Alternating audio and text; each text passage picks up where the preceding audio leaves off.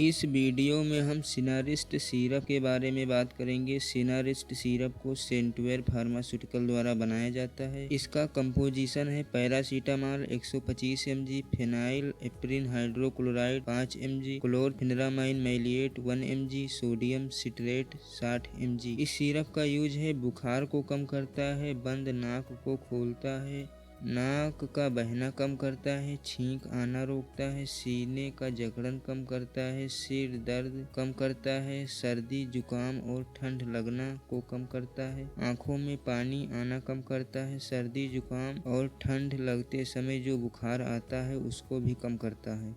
1 साल से कम उम्र के बच्चों के लिए सिनारिस्ट ड्रॉप का यूज करें। एडल्ट के लिए सिनारिस्ट टेबलेट का यूज करें। अब हम बात करेंगे सिनारिस्ट सिरप के डोज के बारे में। मान लीजिए आपका बच्चा 1 वर्ष से लेकर 2 वर्ष तक है तो उसके लिए 3 ml सुबह शाम। ज़्यादा बुखार हो तो दिन में 3 बार दे सकते हैं, सुबह दोपहर शाम।